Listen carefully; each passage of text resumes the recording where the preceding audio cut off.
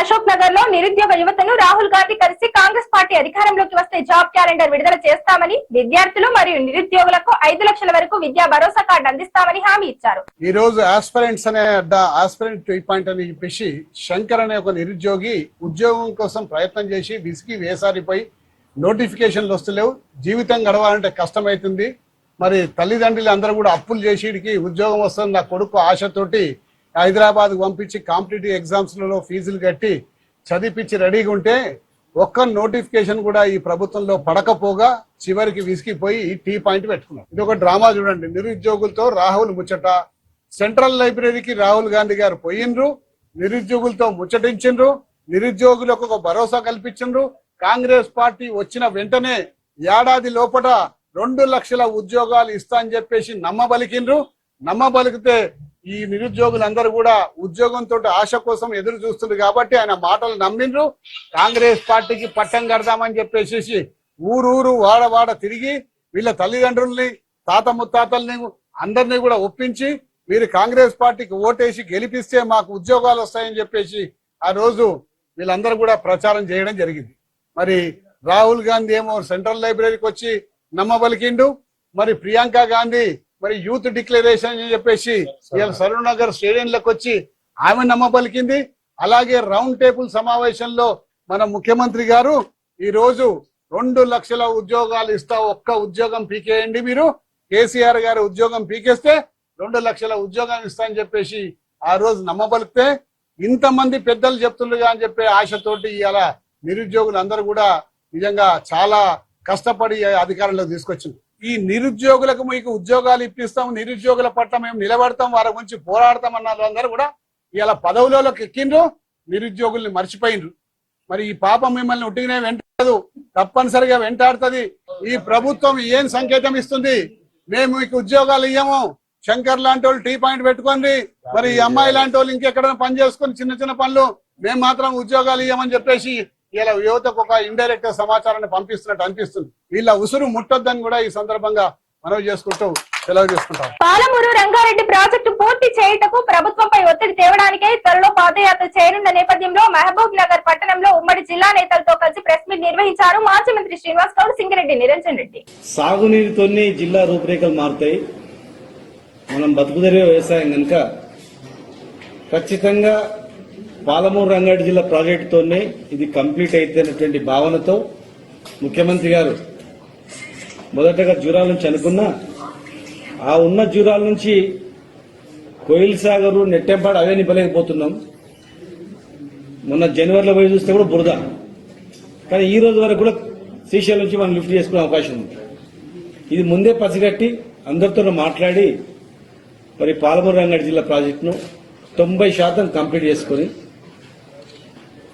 నార్లాపూర్, ఒట్టెం, ఏదుల, కరివేన, ఉదండాపూర్ వరకు total complete చేసుకుని ఒక 10%, 11% పనులు కాలువలు తవ్వితే నీళ్లు వస్తాయనేటువంటి భావనతో టెండర్లు కూడా కాల్ఫర్ చేసి ఎలక్షన్స్ కాగానే ఇమ్మీడియట్ గా పార్లమెంట్ ఎలక్షన్స్ లోపలే కంప్లీట్ చేసుకుని జిల్లాకు నీళ్లు ఇవ్వటువంటి యజ్ఞంతో ముందుకు పోయిన సందర్భం మరి మీకు అందరూ తెలుసు. లేనిపోని హామీలు ఇచ్చి మరి హామీలు నమ్మి ఎన్నో హామీలు ఇచ్చింది. దానిలో మేము అన్న వీళ్ళందరూ మాట్లాడుతూ చెప్తారు. వీళ్ళు మరి 2.5 సంవత్సరాలు అవుతుంది. 2.5 సంవత్సరాలైనా కూడా ఎక్కడ వేసిన గొంగళి అక్కడనే ఉంది. ఒక 30 మంది చేయలేం లేదు. పాత బిల్లు ఇచ్చి ఇంత అయిందంతని చెప్తుండ్రు. మోటార్లు రెడీగా ఉన్నా జస్ట్ ఆన్ చేస్తే నిండిపోతాయి. ఆన్ చేస్తే 40-50 టీఎంసీ నీళ్లు రిజర్వాయర్లలో ఉంటాయి. గ్రౌండ్ వాటర్ ఎరుగుతుంది. చేపలు పెంచుకోవచ్చు, గొర్రెలకు ఆవులకు మేత, అన్ని రకాల ప్రయోజనాలు ఉన్నా కూడా పెట్టిన మోటార్లకు కనీసం ఆన్ చేయ కూడా చేయలేదు. ఈ రోజు వరకు కూడా నీళ్లు సముద్రంలో కలుస్తున్నాయి. కానీ ఇక మిగిలింది 1 సంవత్సరం, ఆ తర్వాత ఎలక్షన్ ఇయర్ వస్తుంది. 2 బడ్జెట్లు. ఈ రోజు వరకు కూడా ఏం మొదలు కాలేదు కనుక లాభం లేదని ఖచ్చితంగా మనము నార్లాపూర్ టు ఉదండాపూర్ వరకు, కరివేనా ఉదండాపూర్ వరకు పాదయాత్ర చేయాల్సిందే, జనాన్ని కదిలించాల్సిందే, కాంగ్రెస్ మెడలు వంచాల్సిందే. ఇమ్మీడియట్ గా పనులు ప్రారంభించేటట్లు చేయాల్సింది అనేటువంటి దాంతో ఈరోజు డిస్కస్ చేయడం జరిగింది. ఇంకా దాని డేటు అవన్నీ కూడా మళ్ళీ మేము కేసీఆర్ గారితో మా అధినాయకులతో మాట్లాడి మేము ముఖ్యులు అందరం కలిసి వెళ్ళి మాట్లాడి ఆ కార్యాచరణ అనేది ఎట్లా అనేది విధి విధానాలు మళ్ళీ ఓ రోజు ప్రకటిస్తాం. దానిపైన ఎక్కడ స్టార్ట్ అవుతుంది, ఎక్కడ ఎండ్ అవుతుంది, స్టార్టింగ్ ఎవరు, మధ్యలో ఎవరు, లాస్ట్కి ఎవరు, ఏదనేది అందరం మేము 14 నియోజకవర్గాల నుంచి ఒకే తాటిపైన ఒకే ఎజెండా, రైతుల ఎజెండానే.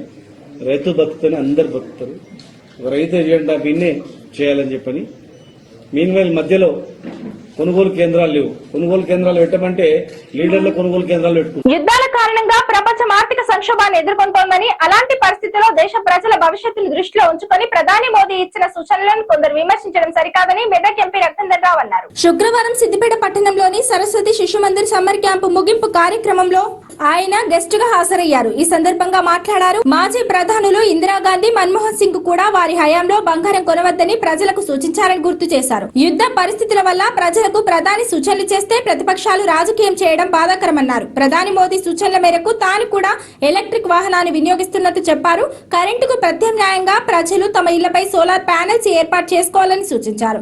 గ్యాస్ వినియోగాన్ని తగ్గించి ఇండక్షన్ స్టవ్లను వాడాలన్నారు. బాసంగారి వెంకట్, తుంగ కనకయ్య, సంతోష్, గోనె మార్కండేయులు పాల్గొన్నారు. దేశం, ప్రపంచం ఎదుర్కొంటున్నటువంటి ఆర్థిక సంక్షోభం, యుద్ధం వల్ల తలెత్తబోయేటువంటి పరిణామాలని దృష్టిలో ఉంచుకొని ఈ దేశ ప్రజలందరూ, భారతదేశ ప్రజలందరూ మనమందరం పాటించాల్సినటువంటి కొన్ని సూత్రాలని రాజకీయాలతో సంబంధం లేకుండా మన దేశ ప్రధాని గౌరవనీయులు నరేంద్ర మోడీ గారు ప్రపంచం ముందుంచడం జరిగింది. దానికి ఆలోచన లేని వ్యక్తులు, అర్థం కానటువంటి మూర్ఖులు నోటికొచ్చినటువంటి వ్యాఖ్యానాలు చేయడం అనేది దురదృష్టకరం. ఇందిరాగాంధీ ప్రధానమంత్రి ఉన్నప్పుడు కూడా బంగారం కొనొద్దని చెప్పింది. కాంగ్రెస్ వాళ్ళు గుర్తుండదు. ఆఖరికి ప్రపంచం మెచ్చిన ఆర్థికవేత్త అని కాంగ్రెస్ వాళ్ళు ప్రచారం చేసుకున్న మన్మోహన్ సింగ్ గారు కూడా నిండు పార్లమెంట్ లో చెప్పిండ్రు, భవిష్యత్తులో భారతదేశ ప్రజలు కొంతకాలం బంగారం కొనుగోలును ఆపండి అని చెప్పిండ్రు. ఆ రోజు వాళ్ళకి మంచిగా వినబడింది సౌండ్. ఇందిరాగాంధీ, మన్మోహన్ సింగ్, కాంగ్రెస్ పాలిత ఈ దేశ ప్రధానులు బంగారం కొనొద్దు అనే రోజు చాలా గొప్పగా కనబడ్డది కాంగ్రెస్ నాయకులకి. యుద్ధం తీవ్రతను దృష్టిలో ఉంచుకొని లాంగ్ స్టాండింగ్ లో యుద్ధం కొనసాగితే మన దేశ ప్రజలకి భవిష్యత్తులో కష్టం రాకూడదని ముందు చూపుతో ప్రజలని అలర్ట్ చేసినటువంటి ప్రధాని గౌరవనీయులు నరేంద్ర మోడీ గారు. స్వాగతించాల్సింది పోయి మళ్ళీ చెప్తున్నా నేను, ఇందిరాగాంధీ, మన్మోహన్ సింగ్ చెప్పిన రోజు బంగారం కొనొద్దంటే మంచిదైతుంది, నరేంద్ర మోడీ గారు బంగారం కొనొద్దు అని అంటే కాంగ్రెస్ వల్ల కష్టంగా కనబడుతుంది. అందుకని దయచేసి ఒకసారి ఆలోచించుకోండి. మోడీ గారు ఎస్ అంటే మనం నో అనాలి, మోడీ గారు నో అంటే మనం ఎస్ అనాలి. దీన్ని మూర్ఖత్వం అంటారు తప్ప రాజకీయం అనరు. దేశ హితం కోసం, జనహితం కోసం, భవిష్యత్తులో ఈ దేశం ఎదుర్కోబోతున్నటువంటి అన్ని రంగాల్లో రాబోతున్నటువంటి ఇబ్బందుల్ని దృష్టిలో పెట్టుకొని ప్రజల్ని పొదుపు మంత్రం వైపు డ్రైవ్ చేసిండ్రు భారత ప్రధాని గౌరవనీయులు నరేంద్ర మోడీ గారు. దాన్ని స్వాగతించాలి, హర్షించాలి. కామన్ మ్యాన్ అర్థం చేసుకుంటున్నాడు కానీ మనోళ్ళు మాత్రం, కాంగ్రెస్ వాళ్ళకి, ప్రతిపక్షాలకు మాత్రం అదేదో నేరంగా కనబడతా ఉంది. మోడీ గారు ఇచ్చిన పిలుపులో భాగంగా మెదక్ పార్లమెంట్ సభ్యుడిగా నేను కూడా ఈ రోజు నుంచి ఈవీ వెహికల్ వాడాలనుకొని నిర్ణయం తీసుకొని దాంట్లో భాగంగానే ఈ రోజు హైదరాబాద్ నుంచి సిద్దిపేటకి ఈవీ ఎలక్ట్రికల్ వెహికల్ లో ట్రావెల్ చేయడం ప్రారంభించినాం. ప్రజలందరికీ నేను 2 చేతులు జోడించి వినమ్రపూర్వకంగా చేసేటువంటి అప్పీల్, సిద్దిపేటలో చాలా బంగ్లాలు కనబడుతున్నాయి. దయచేసి ఇంటి యజమానులందరూ కూడా 10 లక్షలు, 20 లక్షలు, 50 లక్షలు, కోటి రూపాయలు పెట్టి బంగ్లాలు కడుతున్నాం గాని 2 మెగావాట్ల కరెంటు ప్లేట్లు, సోలార్ ప్లేట్లని బంగ్లా మీద పెట్టుకోమంటే ఎవరు పెట్టుకుంటలేరు. ఇది బాధాకరం. దయచేసి ముందుగా మా భారతీయ జనతా పార్టీ నాయకులందరూ కూడా వెంటనే రేపటి నుంచి భారత ప్రభుత్వం ఇస్తున్నటువంటి సబ్సిడీని ఉపయోగించుకొని మా సిద్దిపేట జర్నలిస్టు మిత్రులు కూడా దేశానికి ఆదర్శంగా నిలబడే సొంతంగా ఇల్లున్నటువంటి మా మీడియా మిత్రులందరూ కూడా దయచేసి రేపటి నుంచి మీ ఇళ్ల మీద సోలార్ ప్లేట్లను పెట్టుకొని కరెంట్ జనరేట్ చేసే కార్యక్రమానికి సిద్దిపేట జర్నలిస్ట్ మిత్రులే శ్రీకారం చుట్టిరని మీరు ముందుకు రావాలని నేను మీ అందరినీ కూడా సవినయంగా విజ్ఞప్తి చేస్తూ, ఇళ్లలో గ్యాస్ స్టవ్లు బంద్ చేసి ఇండక్షన్ స్టవ్లు అని వచ్చినాయి, కరెంటుతో నడిచేటువంటి స్టవ్లు. దయచేసి వాటిని వాడదాం. పెట్రోల్ డీజిల్ వాడకాన్ని తగ్గించి సాధ్యమైనంత వరకు ఎలక్ట్రికల్ వాహనాలు వాడదాం. ఇంటి మీద సోలార్ ప్లేట్లు పెట్టుకుందాం. భారత ప్రభుత్వం ఇస్తున్నటువంటి సబ్సిడీని సద్వినియోగం చేసుకుందామని చెప్పి ఈ సందర్భంగా తెలియజేస్తూ, 2 మెగావాట్లు ప్రతి ఇంటి మీద ముందు పెడితే 78,000 రూపాయల సబ్సిడీ భారత ప్రభుత్వం నుంచి వస్తుంది.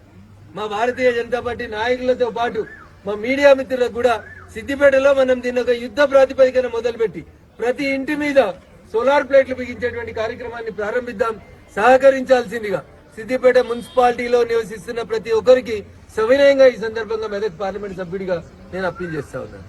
అర్హులందరికీ ఇందిరమ్మ ఇల్లు మంజూరు చేస్తామని ప్రభుత్వం నిరుపేదలకు సంక్షేమ పథకాల అమలు ఒక్కొక్కటిగా అందిస్తోందని పంచాయతీరాజ్ శాఖ మంత్రి సీతక్క అన్నారు. శుక్రవారం ములుగు మండలంలో పర్యటించిన మంత్రి జగ్గన్నపేటలో రాజ్ కుమార్ నిర్మించుకున్న ఇందిరమ్మ గృహ ప్రవేశానికి హాజరయ్యారు. అనంతరం ములుగు మున్సిపాలిటీ ఆధ్వర్యంలో చలివేంద్రాలు ప్రారంభించడంతో పాటు శానిటేషన్ సిబ్బందికి కిట్లు పంపిణీ చేశారు. ఆ తర్వాత Telangana state union of working journalist జిల్లా మహాసభలో పాల్గొన్నారు. ఆయా కార్యక్రమాల్లో మంత్రి సీతక్క మాట్లాడారు. ప్రభుత్వం అట్టడుగు వర్గాలకు సంక్షేమ పథకాలు అమలు చేసేందుకు నిత్యం కృషి చేస్తోంది. పట్టణాలను సుందరంగా తీర్చిదిద్దే సిబ్బందికి ప్రభుత్వం అండగా ఉంటుందన్నారు. కాలనీలను శుభ్రం చేస్తూ పట్టణాలు గ్రామాల అభివృద్ధికి శానిటేషన్ సిబ్బంది కృషి చేస్తున్నారన్నారు. వేసవిలో నీటి ఎద్దలు లేకుండా ఏర్పాట్లు చేస్తున్నట్లు మంత్రి పేర్కొన్నారు.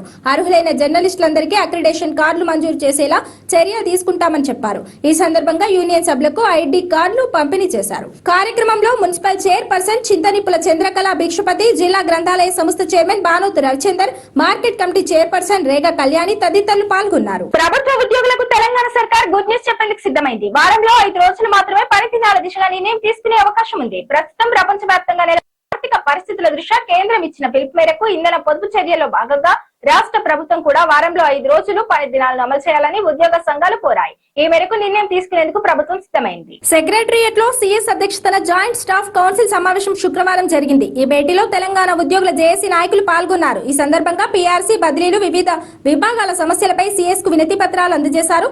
అదే సమయంలో అంతర్జాతీయ, జాతీయ పరిస్థితులకు అనుగుణంగా 5 రోజుల పని దినాలు అమలు చేయాలని కోరారు. వారి విజ్ఞప్తిపై సీఎస్ కె రామకృష్ణారావు స్పందిస్తూ రాష్ట్ర ప్రభుత్వ ఉద్యోగుల కోసం వారంలో 5 రోజుల పని విధానం పరిశీలిస్తామని చెప్పారు. అదేవిధంగా జూన్ 2లోపే 2వ పీఆర్సీని అమలు చేయాలని, పెండింగ్ లో ఉన్న 5 డిఏలను వెంటనే విడుదల చేయాలని, సిపిఎస్ ను రద్దు చేసి ఓపీఎస్ ను పునరుద్ధరించాలని, ఉద్యోగుల క్యాష్ లెస్ పథకంతో తక్షణమే నగదు రహిత వైద్యం అందించాలని సీఎస్ ను ఉద్యోగ సంఘాల నేతలు కోరారు. సీఎస్ కె రామకృష్ణారావు మాట్లాడుతూ జూన్ 2 నుంచి నగదు రహిత హెల్త్ స్కీమ్ అమలు చేస్తామని, ఉద్యోగుల పెండింగ్ బిల్లులన్నింటినీ 100 రోజుల్లోపు చెల్లించేలా ప్రత్యేక ప్రణాళిక రూపొందిస్తామని చెప్పారు. కొత్త హెల్త్ స్కీమ్ కోసం ఉద్యోగుల మూల వేతనంతో 1.5% వాటా, అంతే మొత్తంలో ప్రభుత్వ మ్యాచింగ్ గ్రాంట్ తో ప్రత్యేక నిధి ఏర్పాటు చేసి ట్రస్టు ఆధ్వర్యంలో నడిపిస్తామన్నారు. 2వ పీఆర్సీ నివేదిక తుది దశకు చేరిందని, అది అందగానే ఉద్యోగ సంఘాలతో మరోసారి భేటీ అవుతామని చెప్పారు. నెల రోజుల్లో పీఆర్సీ కమిటీ రిపోర్ట్ తెప్పించుకుంటామని సీఎస్ హామీ ఇచ్చినట్టు ఉద్యోగ సంఘాల నేతలు పేర్కొన్నారు.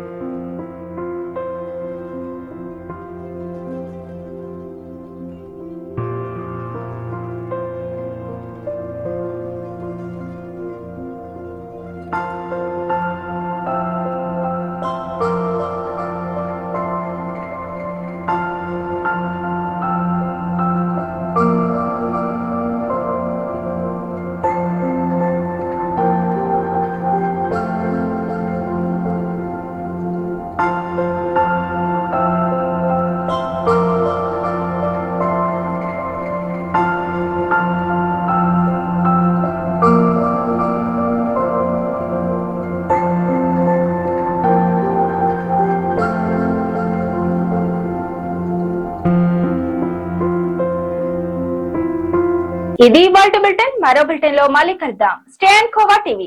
Welcome to khoa TV. ఎన్నికల ముందు హైదరాబాద్ లోని అశోక్ నగర్ లో నిరుద్యోగ యువతను రాహుల్ గాంధీ కలిసి కాంగ్రెస్ పార్టీ అధికారంలోకి వస్తే జాబ్ క్యాలెండర్ విడుదల చేస్తామని, విద్యార్థులు మరియు నిరుద్యోగులకు 5 లక్షల వరకు విద్యా భరోసా కార్డు అందిస్తామని హామీ ఇచ్చారు. ఈ రోజు ఆస్పిరెంట్స్ అనే ఆస్పిరెంట్ 2 అని చెప్పేసి శంకర్ అనే ఒక నిరుద్యోగి ఉద్యోగం కోసం ప్రయత్నం చేసి విసిగి వేసారిపోయి నోటిఫికేషన్లు వస్తలేవు, జీవితం గడవాలంటే కష్టమైతుంది, మరి తల్లిదండ్రులు అందరూ కూడా అప్పులు చేసి వీడికి ఉద్యోగం వస్తుంది నా కొడుకు ఆశతోటి హైదరాబాద్ పంపించి కాంపిటేటివ్ ఎగ్జామ్స్లలో ఫీజులు కట్టి చదివించి రెడీగా ఉంటే ఒక్క నోటిఫికేషన్ కూడా ఈ ప్రభుత్వంలో పడకపోగా చివరికి విసిగిపోయి టీ పాయింట్ పెట్టుకున్నారు. ఇది ఒక డ్రామా చూడండి. నిరుద్యోగులతో రాహుల్ ముచ్చట. సెంట్రల్ లైబ్రరీకి రాహుల్ గాంధీ గారు పోయినరు, నిరుద్యోగులతో ముచ్చటించిండ్రు, నిరుద్యోగులకు ఒక భరోసా కల్పించిండ్రు. కాంగ్రెస్ పార్టీ వచ్చిన వెంటనే ఏడాది లోపల 2 లక్షల ఉద్యోగాలు ఇస్తా అని చెప్పేసి నమ్మబలికిండ్రు. నమ్మబలికితే ఈ నిరుద్యోగులందరూ కూడా ఉద్యోగంతో ఆశ కోసం ఎదురు చూస్తుంది కాబట్టి ఆయన మాటలు నమ్మిండ్రు. కాంగ్రెస్ పార్టీకి పట్టం కడదామని చెప్పేసి ఊరూరు వాడ తిరిగి వీళ్ళ తల్లిదండ్రుల్ని తాత ముత్తాతల్ని అందరినీ కూడా ఒప్పించి మీరు కాంగ్రెస్ పార్టీకి ఓటేసి గెలిపిస్తే మాకు ఉద్యోగాలు వస్తాయని చెప్పేసి ఆ రోజు వీళ్ళందరూ కూడా ప్రచారం చేయడం జరిగింది. మరి రాహుల్ గాంధీ ఏమో సెంట్రల్ లైబ్రరీకి వచ్చి నమ్మబలికిండు. మరి ప్రియాంక గాంధీ మరి యూత్ డిక్లరేషన్ అని చెప్పేసి ఇవాళ సరూర్ నగర్ స్టేడియంలోకి వచ్చి ఆమె నమ్మబలికింది. అలాగే రౌండ్ టేబుల్ సమావేశంలో మన ముఖ్యమంత్రి గారు ఈ రోజు 2 లక్షల ఉద్యోగాలు ఇస్తా, ఒక్క ఉద్యోగం పీకేయండి మీరు, కేసీఆర్ గారు ఉద్యోగం పీకేస్తే 2 లక్షల ఉద్యోగం ఇస్తా అని చెప్పేసి ఆ రోజు నమ్మబలికితే ఇంతమంది పెద్దలు చెప్తుండగా అని చెప్పే ఆశతోటి ఇవాళ నిరుద్యోగులందరూ కూడా నిజంగా చాలా కష్టపడి అధికారంలో తీసుకొచ్చింది. ఈ నిరుద్యోగులకు మీకు ఉద్యోగాలు ఇప్పిస్తాం, నిరుద్యోగుల పట్ల మేము నిలబడతాం, వారి గురించి పోరాడతాం అన్న వాళ్ళందరూ కూడా ఇలా పదవులలోకి ఎక్కిండ్రు, నిరుద్యోగుల్ని మర్చిపోయినరు. మరి ఈ పాపం మిమ్మల్ని ఉట్టిగానే వెంటాడదు, తప్పనిసరిగా వెంటాడుతుంది. ఈ ప్రభుత్వం ఏం సంకేతం ఇస్తుంది?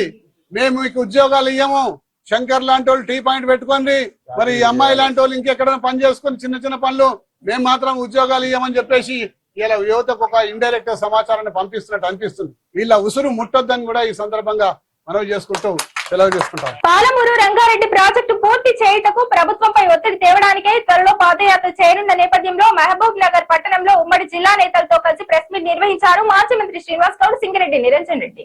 సాగునీరుతోనే జిల్లా రూపురేఖలు మారుతాయి.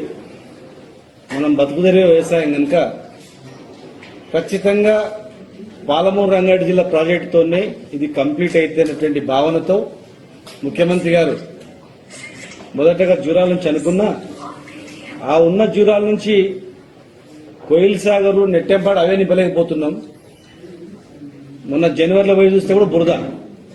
కానీ ఈ రోజు వరకు కూడా శ్రీశైలం నుంచి మనం లిఫ్ట్ చేసుకునే అవకాశం ఉంది. ఇది ముందే పసిగట్టి అందరితో మాట్లాడి మరి పాలమూరు రంగారెడ్డి జిల్లా ప్రాజెక్టును 90% కంప్లీట్ చేసుకుని నార్లాపూర్, ఒట్టెం, ఏదుల, కరివేన, ఉదండాపూర్ వరకు టోటల్ కంప్లీట్ చేసుకుని ఒక 10%, 11% పనులు కాలువలు తోగితే నీళ్లు వస్తాయనేటువంటి భావనతో టెండర్లు కూడా కాల్ఫర్ చేసి ఎలక్షన్స్ కాగానే ఇమ్మీడియట్ గా పార్లమెంట్ ఎలక్షన్స్ లోపలే కంప్లీట్ చేసుకుని జిల్లాకు నీళ్లు ఇవ్వటువంటి యజ్ఞంతో ముందుకు పోయిన సందర్భం మరి మీకు అందరూ తెలుసు. లేనిపోని హామీలు ఇచ్చి మరి హామీలు నమ్మి ఎన్నో హామీలు ఇచ్చి దానిలో మేము అన్న వీళ్ళందరూ మాట్లాడుతూ చెప్తారు. వీళ్ళు మరి 2.5 సంవత్సరాలు అవుతుంది. 2.5 సంవత్సరాలు అయినా కూడా ఎక్కడ వేసిన గొంగళి అక్కడనే ఉంది. ఒక 30 మంది చేయలేం లేదు, పాత బిల్లులు ఇచ్చి ఇంత అయిందంతని చెప్తుండ్రు. మోటార్లు రెడీగా ఉన్నా జస్ట్ ఆన్ చేస్తే నిండిపోతాయి. ఆన్ చేస్తే 40-50 టీఎంసీ నీళ్లు రిజర్వాయర్లలో ఉంటాయి. గ్రౌండ్ వాటర్ ఎరుగుతుంది, చేపలు పెంచుకోవచ్చు, గొర్రెలకు ఆవులకు మేత, అన్ని రకాల ప్రయోజనాలు ఉన్నా కూడా పెట్టిన మోటార్లకు కనీసం ఆన్ చేయ కూడా చేయలేదు. ఈ రోజు వరకు కూడా నీళ్లు సముద్రంలో కలుస్తున్నాయి. కానీ ఇక మిగిలింది 1 సంవత్సరం, ఆ తర్వాత ఎలక్షన్ ఇయర్ వస్తుంది, 2 బడ్జెట్లు. ఈ రోజు వరకు కూడా ఏం మొదలు కాలేదు కనుక ఇక లాభం లేదని ఖచ్చితంగా మనము నార్లాపూర్ టు ఉదండాపూర్ వరకు, కరివేనా ఉదండాపూర్ వరకు పాదయాత్ర చేయాల్సిందే, జనాన్ని కదిలించాల్సిందే, కాంగ్రెస్ మెడలు వంచాల్సిందే, ఇమ్మీడియట్ గా పనులు ప్రారంభించేటట్లు చేయాల్సిందే అనేటువంటి దాంతో ఈరోజు డిస్కస్ చేయడం జరిగింది. దాని డేటు అవన్నీ కూడా మళ్ళీ మేము కేసీఆర్ గారితో మా అధినాయకులతో మాట్లాడి మేము ముఖ్యులు అందరం కలిసి వెళ్ళి మాట్లాడి ఆ కార్యాచరణ అనేది ఎట్లా అనేది విధి విధానాలు మళ్ళీ ఒక రోజు ప్రకటిస్తాం. దానిపైన ఎక్కడ స్టార్ట్ అవుతుంది, ఎక్కడ ఎండ్ అవుతుంది, స్టార్టింగ్ ఎవరు, మధ్యలో ఎవరు, లాస్ట్కి ఎవరు, ఏదనేది అందరం మేము 14 నియోజకవర్గాల నుంచి ఒకే తాటిపైన ఒకే ఎజెండా, రైతుల ఎజెండాని, రైతు బతుకుని అందరు బతుకుతారు, ఒక రైతు ఎజెండా బిన్నే చేయాలని చెప్పని. మీన్వైల్ మధ్యలో కొనుగోలు కేంద్రాలు లేవు. కొనుగోలు కేంద్రాలు పెట్టమంటే లీడర్ల కొనుగోలు కేంద్రాలు పెట్టుకుంటారు. యుద్ధాల కారణంగా ప్రపంచం ఆర్థిక సంక్షోభాన్ని ఎదుర్కొంటోందని, అలాంటి పరిస్థితుల్లో దేశ ప్రజల భవిష్యత్తును దృష్టిలో ఉంచుకొని ప్రధాని మోదీ ఇచ్చిన సూచనలను కొందరు విమర్శించడం సరికాదని మెదక్ ఎంపీ రఘునందన్ రావు అన్నారు. శుక్రవారం సిద్దిపేట పట్టణంలోని సరస్వతి శిశు మందిర్ సమ్మర్ క్యాంపు ముగింపు కార్యక్రమంలో ఆయన గెస్ట్ గా హాజరయ్యారు. ఈ సందర్భంగా మాట్లాడారు. మాజీ ప్రధానులు ఇందిరాగాంధీ, మన్మోహన్ సింగ్ కూడా వారి హయాంలో బంగారం కొనవద్దని ప్రజలకు సూచించారని గుర్తు చేశారు. యుద్ధ పరిస్థితుల వల్ల ప్రజలకు ప్రధాని సూచనలు చేస్తే ప్రతిపక్షాలు రాజకీయం చేయడం బాధాకరమన్నారు. ప్రధాని మోదీ సూచనల మేరకు తాను కూడా ఎలక్ట్రిక్ వాహనాన్ని వినియోగిస్తున్నట్టు చెప్పారు. కరెంటుకు ప్రత్యామ్నాయంగా ప్రజలు తమ ఇళ్లపై సోలార్ ప్యానెల్స్ ఏర్పాటు చేసుకోవాలని సూచించారు. గ్యాస్ వినియోగాన్ని తగ్గించి ఇండక్షన్ స్టవ్లను వాడాలన్నారు. బాసంగారి వెంకట్, తుంగ కనకయ్య, సంతోష్, గోన మార్కండేయులు పాల్గొన్నారు. దేశం, ప్రపంచం ఎదుర్కొంటున్నటువంటి ఆర్థిక సంక్షోభం, యుద్ధం వల్ల తలెత్తబోయేటువంటి పరిణామాలని దృష్టిలో ఉంచుకొని ఈ దేశ ప్రజలందరూ, భారతదేశ ప్రజలందరూ మనమందరం పాటించాల్సినటువంటి కొన్ని సూత్రాలని రాజకీయాలతో సంబంధం లేకుండా మన దేశ ప్రధాని గౌరవనీయులు నరేంద్ర మోడీ గారు ప్రపంచం ముందు ఉంచడం జరిగింది. దానికి ఆలోచన లేని వ్యక్తులు, అర్థం కానటువంటి మూర్ఖులు నోటికొచ్చినటువంటి వ్యాఖ్యానాలు చేయడం అనేది దురదృష్టకరం. ఇందిరాగాంధీ ప్రధానమంత్రి ఉన్నప్పుడు కూడా బంగారం కొనొద్దని చెప్పింది. కాంగ్రెస్ వాళ్ళకు గుర్తుండదు. ఆఖరికి ప్రపంచం మెచ్చిన ఆర్థికవేత్త అని కాంగ్రెస్ వాళ్ళు ప్రచారం చేసుకున్న మన్మోహన్ సింగ్ గారు కూడా నిండు పార్లమెంట్ లో చెప్పిండ్రు, భవిష్యత్తులో భారతదేశ ప్రజలు కొంతకాలం బంగారం కొనుగోలును ఆపండి అని చెప్పిండ్రు. ఆ రోజు వాళ్ళకి మంచిగా వినబడింది సౌండ్. ఇందిరాగాంధీ, మన్మోహన్ సింగ్, కాంగ్రెస్ పాలిత ఈ దేశ ప్రధానులు బంగారం కొనొద్దు అనే రోజు చాలా గొప్పగా కనబడ్డది కాంగ్రెస్ నాయకులకి. యుద్ధం తీవ్రతను దృష్టిలో ఉంచుకొని లాంగ్ స్టాండింగ్ లో యుద్ధం కొనసాగితే మన దేశ ప్రజలకి భవిష్యత్తులో కష్టం రాకూడదని ముందు చూపుతో ప్రజలని అలర్ట్ చేసినటువంటి ప్రధాని గౌరవనీయులు నరేంద్ర మోడీ గారు. స్వాగతించాల్సింది పోయి మళ్ళీ చెప్తున్నా నేను, ఇందిరాగాంధీ, మన్మోహన్ సింగ్ చెప్పిన రోజు బంగారం కొనొద్దంటే మంచిదైతుంది, నరేంద్ర మోడీ గారు బంగారం కొనొద్దు అని అంటే కాంగ్రెస్ వల్ల కష్టంగా కనబడుతుంది. అందుకని దయచేసి ఒకసారి ఆలోచించుకోండి. మోడీ గారు ఎస్ అంటే మనం నో అనాలి, మోడీ గారు నో అంటే మనం ఎస్ అనాలి. దీన్ని మూర్ఖత్వం అంటారు తప్ప రాజకీయం అనరు. దేశ హితం కోసం, జనహితం కోసం, భవిష్యత్తులో ఈ దేశం ఎదుర్కోబోతున్నటువంటి అన్ని రంగాల్లో రాబోతున్నటువంటి ఇబ్బందుల్ని దృష్టిలో పెట్టుకొని ప్రజల్ని పొదుపు మంత్రం వైపు డ్రైవ్ చేసిండ్రు భారత ప్రధాని గౌరవనీయులు నరేంద్ర మోడీ గారు. దాన్ని స్వాగతించాలి, హర్షించాలి. కామన్ మ్యాన్ అర్థం చేసుకుంటున్నాడు కానీ మనోళ్ళు మాత్రం, కాంగ్రెస్ వాళ్ళకి, ప్రతిపక్షాలకు మాత్రం అదేదో నేరంగా కనబడతా ఉంది. మోడీ గారు ఇచ్చిన పిలుపులో భాగంగా మెదక్ పార్లమెంట్ సభ్యుడిగా నేను కూడా ఈ రోజు నుంచి ఈవీ వెహికల్ వాడాలనుకొని నిర్ణయం తీసుకొని దాంట్లో భాగంగానే ఈ రోజు హైదరాబాద్ నుంచి సిద్దిపేటకి ఈవీ ఎలక్ట్రికల్ వెహికల్ లో ట్రావెల్ చేయడం ప్రారంభించినాం. ప్రజలందరికీ నేను 2 చేతులు జోడించి వినమ్ర పూర్వకంగా చేసేటువంటి అప్పీల్, సిద్దిపేటలో చాలా బంగ్లాలు కనబడుతున్నాయి. దయచేసి ఇంటి యజమానులందరూ కూడా 10 లక్షలు, 20 లక్షలు, 50 లక్షలు, కోటి రూపాయలు పెట్టి బంగ్లాలు కడుతున్నాం గానీ 2 మెగావాట్ల కరెంటు ప్లేట్లు, సోలార్ ప్లేట్లని బంగ్లా మీద పెట్టుకోమంటే ఎవరు పెట్టుకుంటలేరు. ఇది బాధాకరం. దయచేసి ముందుగా మా భారతీయ జనతా పార్టీ నాయకులందరూ కూడా వెంటనే రేపటి నుంచి భారత ప్రభుత్వం ఇస్తున్నటువంటి సబ్సిడీని ఉపయోగించుకొని మా సిద్దిపేట జర్నలిస్టు మిత్రులు కూడా దేశానికి ఆదర్శంగా నిలబడే, సొంతంగా ఇల్లు ఉన్నటువంటి మా మీడియా మిత్రులందరూ కూడా దయచేసి రేపటి నుంచి మీ ఇళ్ల మీద సోలార్ ప్లేట్లను పెట్టుకొని కరెంటు జనరేట్ చేసే కార్యక్రమానికి సిద్దిపేట జర్నలిస్టు మిత్రులే శ్రీకారం చుట్టిరని మీరు ముందుకు రావాలని నేను మీ అందరినీ కూడా సవినయంగా విజ్ఞప్తి చేస్తూ, ఇళ్లలో గ్యాస్ స్టవ్లు బంద్ చేసి ఇండక్షన్ స్టవ్లనే వచ్చినాయి, కరెంటుతో నడిచేటువంటి స్టవ్లు. దయచేసి వాటిని వాడదాం.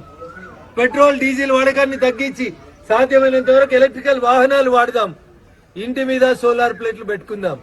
భారత ప్రభుత్వం ఇస్తున్నటువంటి సబ్సిడీని సద్వినియోగం చేసుకుందామని చెప్పి ఈ సందర్భంగా తెలియజేస్తూ 2 మెగావాట్లు ప్రతి ఇంటి మీద ముందు పెడితే 78,000 రూపాయల సబ్సిడీ భారత ప్రభుత్వం నుంచి వస్తుంది. మా భారతీయ జనతా పార్టీ నాయకులతో పాటు మా మీడియా మిత్రులకు కూడా సిద్దిపేటలో మనం దీన్ని ఒక యుద్ధ ప్రాతిపదికన మొదలుపెట్టి ప్రతి ఇంటి మీద సోలార్ ప్లేట్లు బిగించేటువంటి కార్యక్రమాన్ని ప్రారంభిద్దాం.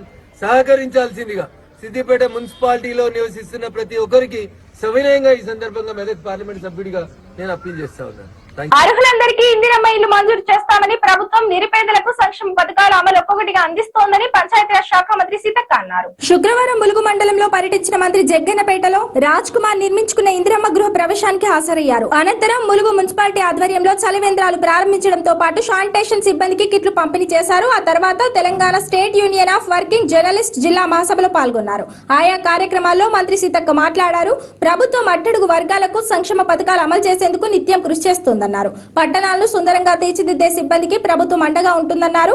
కాలనీలను శుభ్రం చేస్తూ పట్టణాలు గ్రామాల అభివృద్ధికి శానిటేషన్ సిబ్బంది కృషి చేస్తున్నారన్నారు. వేసవిలో నీటి ఎద్దలు లేకుండా ఏర్పాట్లు చేస్తున్నట్లు మంత్రి పేర్కొన్నారు.